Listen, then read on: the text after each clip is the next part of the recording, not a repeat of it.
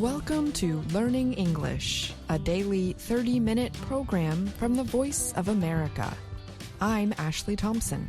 And I'm Dan Novak.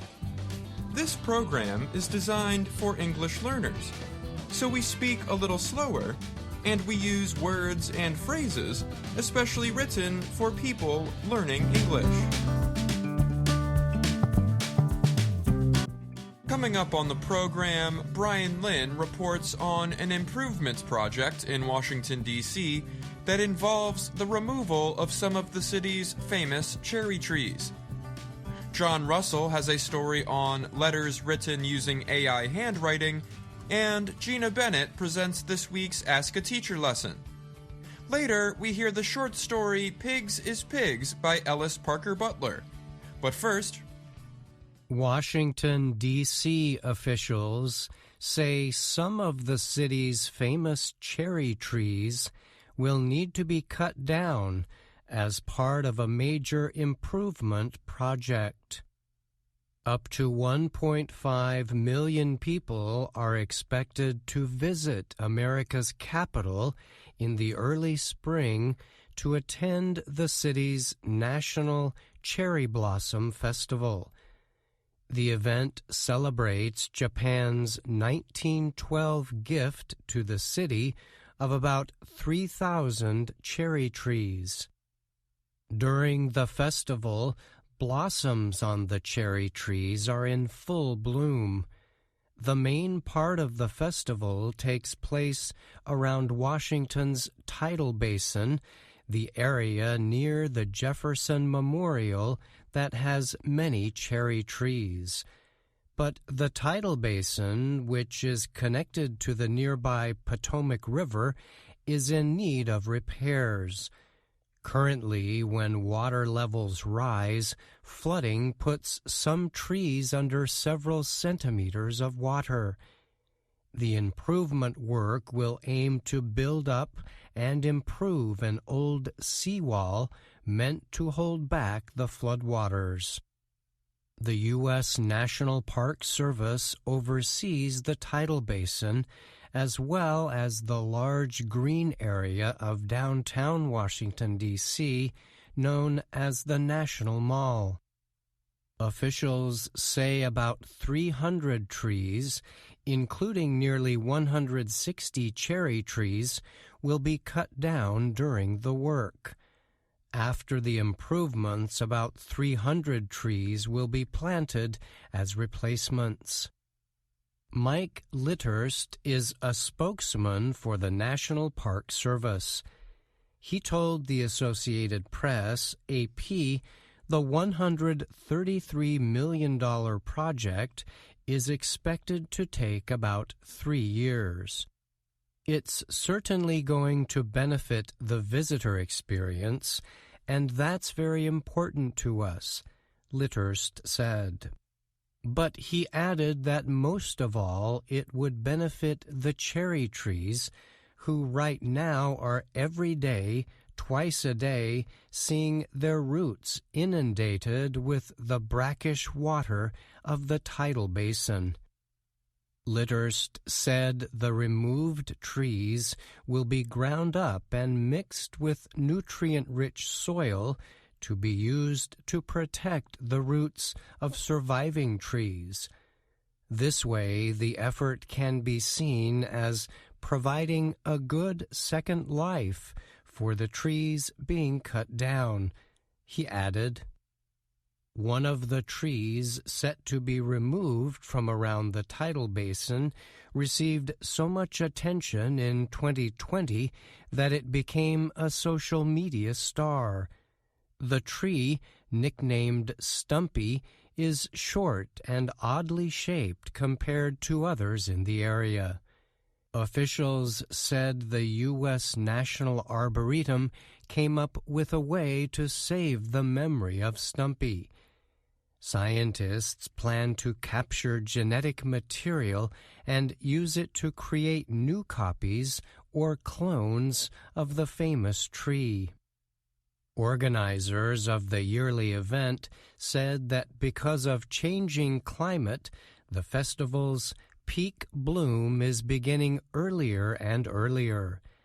The peak period describes when at least 70% of the city's 3,700 cherry trees will be flowering. I'm Brian Lynn.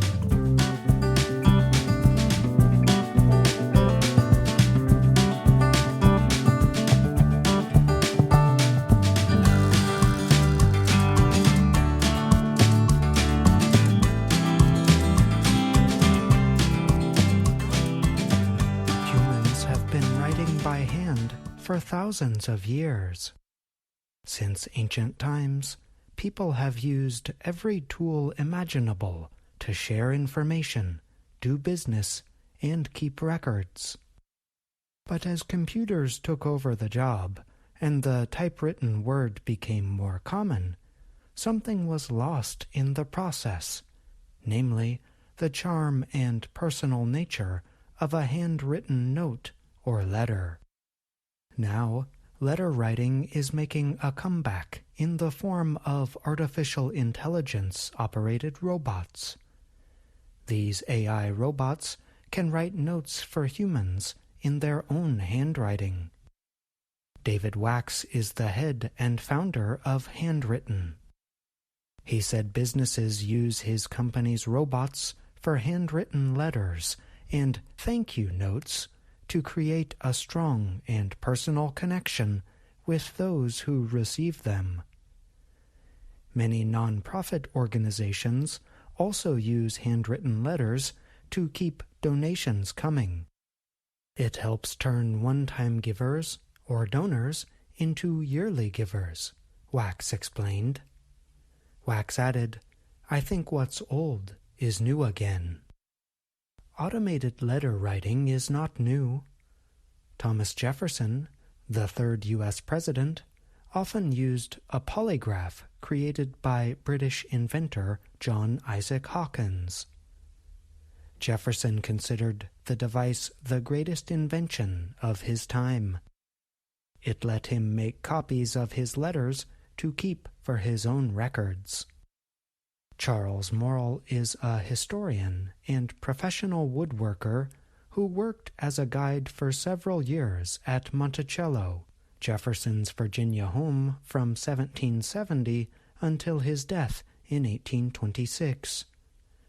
Morrill said about the polygraph, "Jefferson falls in love with this, and it becomes in many ways the hobby of his presidency.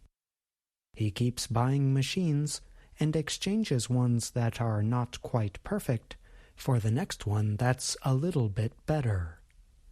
The president had more than 10 of the devices at one point, Morrill added. Using what he considered wonderful technology, historians say Jefferson went on to write almost 20,000 letters in his lifetime.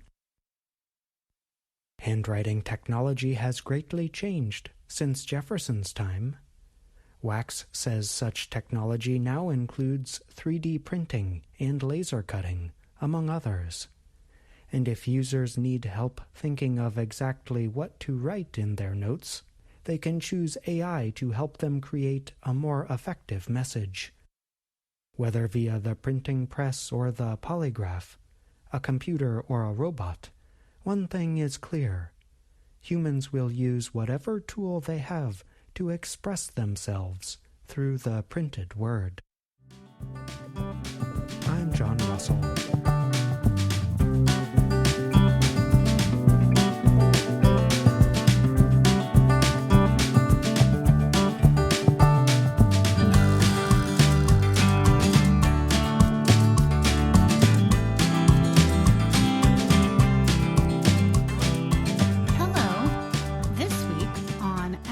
Teacher, we answer a question from a reader in Burma, also known as Myanmar. Dear teacher, I am from Burma. I read the following sentence from a book. In Norway, there's an art museum for children's art.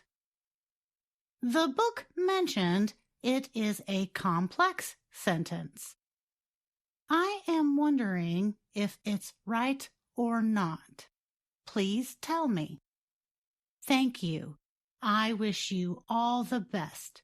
Your loyal reader, Kya Zin Uyu. Thank you for writing, Kya. Before we answer your question, we need to review some terms and their meanings. A clause is a grammar unit organized around a verb phrase. A clause is made of two parts: a subject, the topic of a clause, and a verb, what is said about the topic. For example, we laughed is a clause. We is the subject, and laughed is the verb. In the morning is not a clause because it does not have a verb. There are two main kinds of clauses. Independent clauses are not dependent on any other clause. They are sentences on their own. We laughed is an independent clause.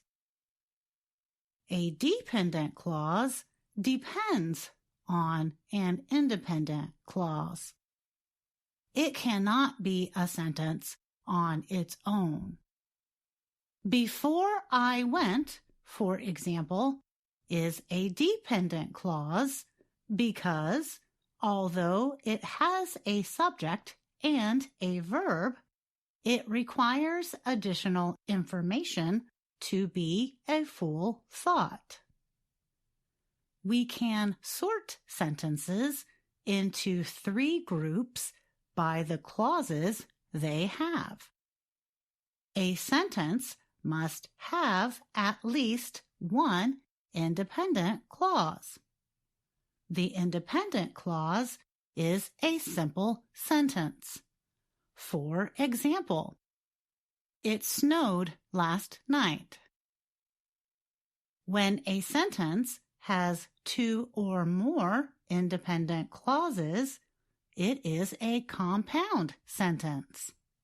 For example, I went to the party, but he stayed home. When a sentence has at least one independent clause, as well as one or more dependent clauses, it is a complex sentence. For example, I'll call you when I get home. Now, to answer your question, Kya, your example has only one clause. This means it is a simple sentence, not a complex sentence. There are 7 simple sentence patterns in English, but we can talk about those another day. We hope this explanation has helped you, Kya. Do you have a question about American English? Send us an email at learningenglish@voanews.com. And that's Ask a Teacher. I'm Gina Bennett.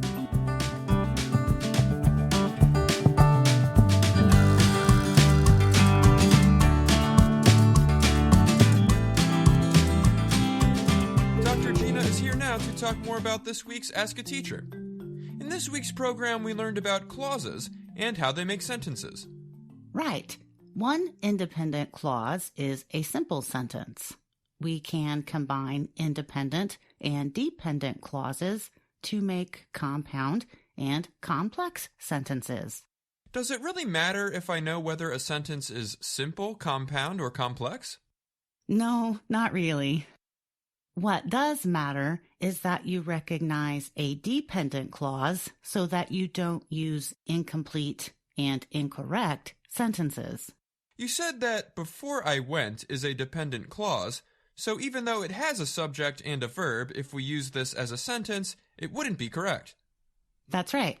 Before I went starts with a subordinator, or a word that introduces a dependent clause. If you recognize the subordinator, then you know this clause can't be a sentence by itself. Are there a lot of subordinators? Is it hard to learn them all? Well, yes and no. There are a lot of subordinators, but they mostly add information like time, reason, concession, or condition. The clause before I went is adding information about time. So now we can be sure we have complete sentences by recognizing dependent clauses and only using them with an independent clause. Thanks for joining us today, Dr. Gina. Next up is the VOA Learning English program, American Stories. Our story today is called Pigs is Pigs. It was written by Ellis Parker Butler. Here is Shep O'Neill with the story. Mike Flannery, the agent of the Interurban Express Company, leaned over the desk in the company's office in Westcott and shook his fist. Mr. Morehouse, angry and red, stood on the other side of the desk, shaking with fury. The argument had been long and hot. At last, Mr. Morehouse had become speechless. The cause of the trouble lay on the desk between the two men. It was a box with 2 guinea pigs inside. "Do as you like, then," shouted Flannery.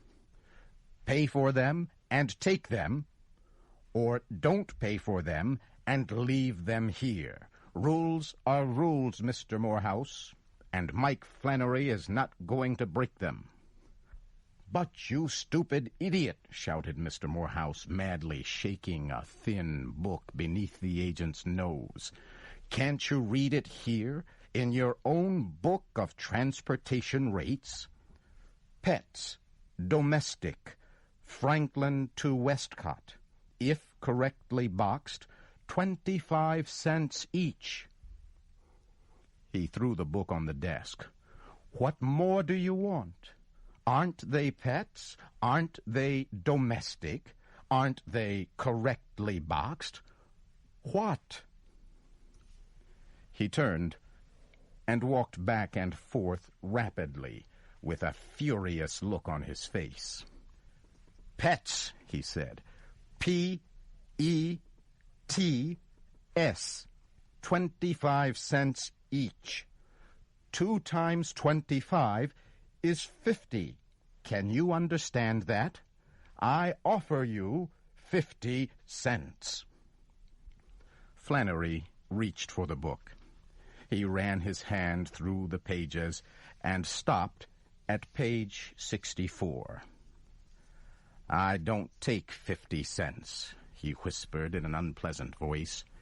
"Here's the rule for it.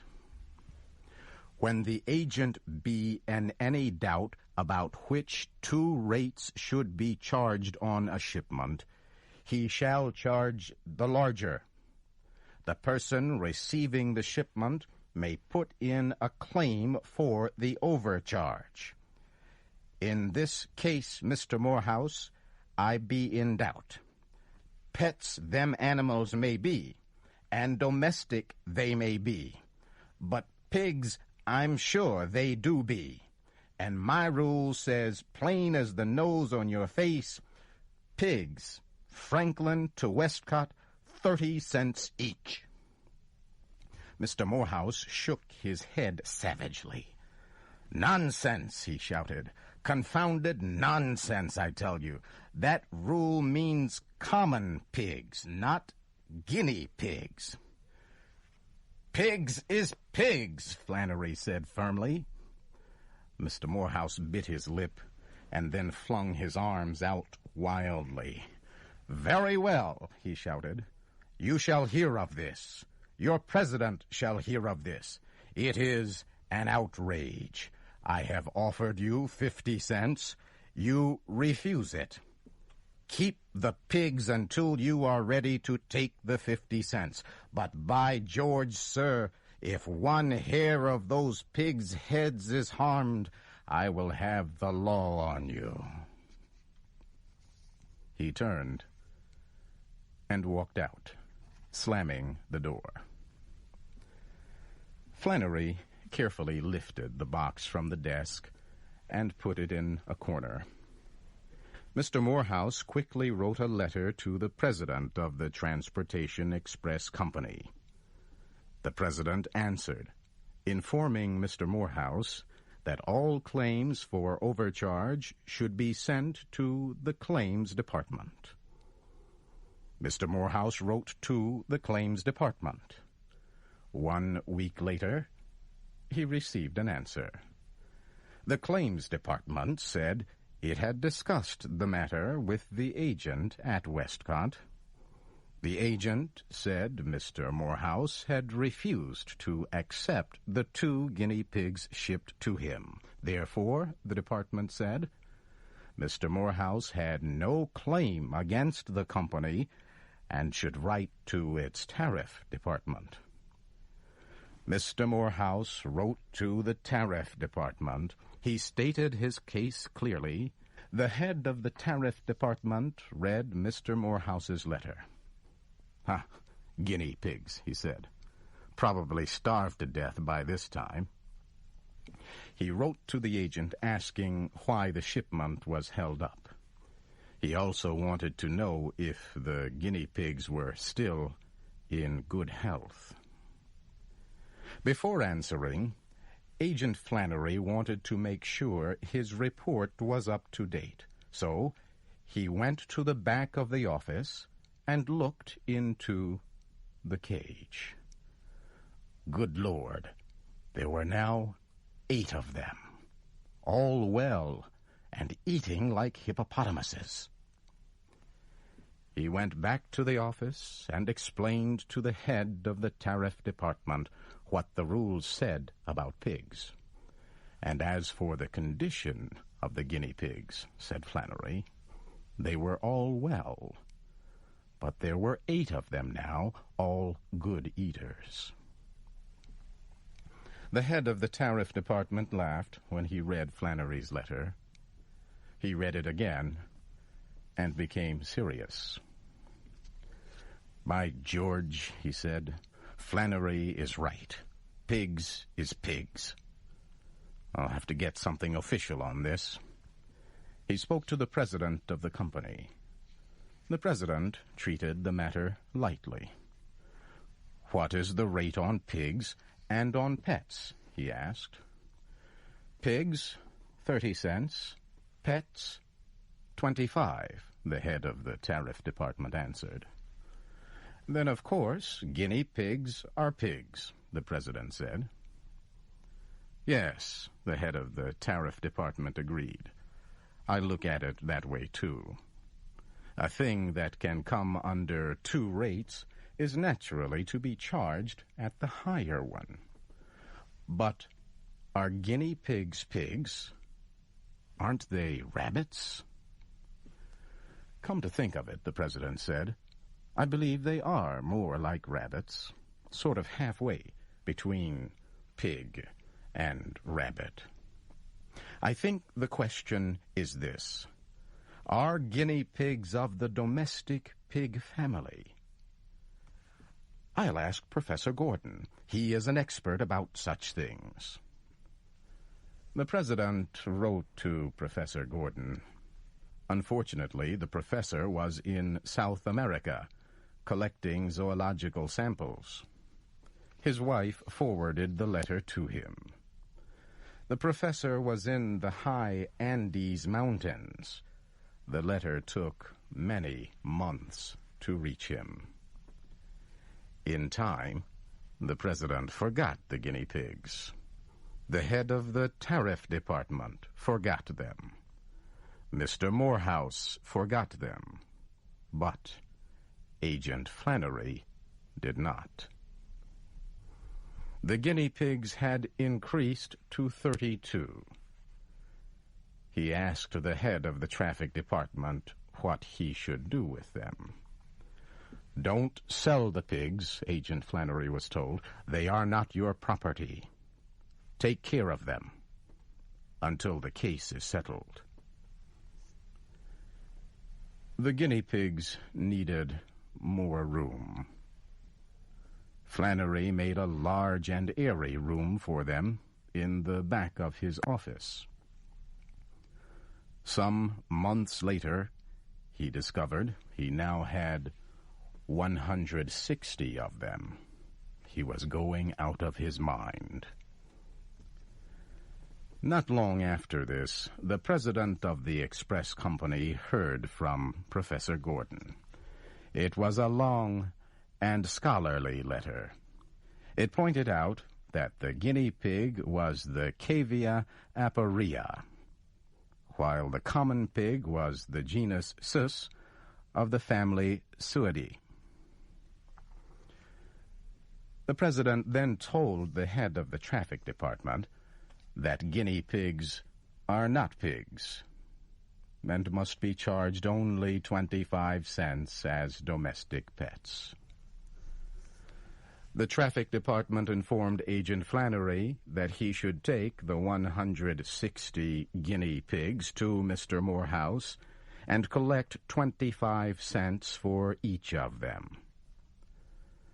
Agent Flannery wired back, "I've got 800 now. Shall I collect for 800 or what? How about the $64 I paid for cabbages to feed them?" Many letters went back and forth. Flannery was crowded into a few feet at the extreme front of the office. The guinea pigs had all the rest of the room. Time kept moving on as the letters continued to go back and forth. Flannery now had 4,064 guinea pigs. He was beginning to lose control of himself. Then he got a telegram from the company that said, "Error in guinea pig bill. Collect for 2 guinea pigs 50 cents. Flannery ran all the way to Mr. Morehouse's home, but Mr. Morehouse had moved. Flannery searched for him in town, but without success. He returned to the express office and found that 206 guinea pigs had entered the world since he left the office. At last he got an urgent telegram from the main office. "Send the pigs to the main office of the company at Franklin." Flannery did so. Soon came another telegram. "Stop sending pigs. Warehouse full." But he kept sending them.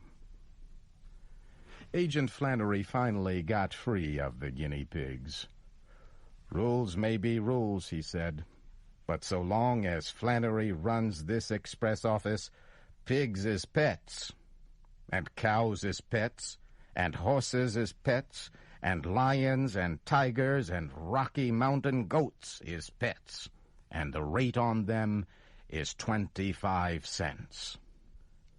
Then he looked around and said cheerfully, "Well, anyhow, it is not as bad as it might have been. What if them guinea pigs had been elephants?"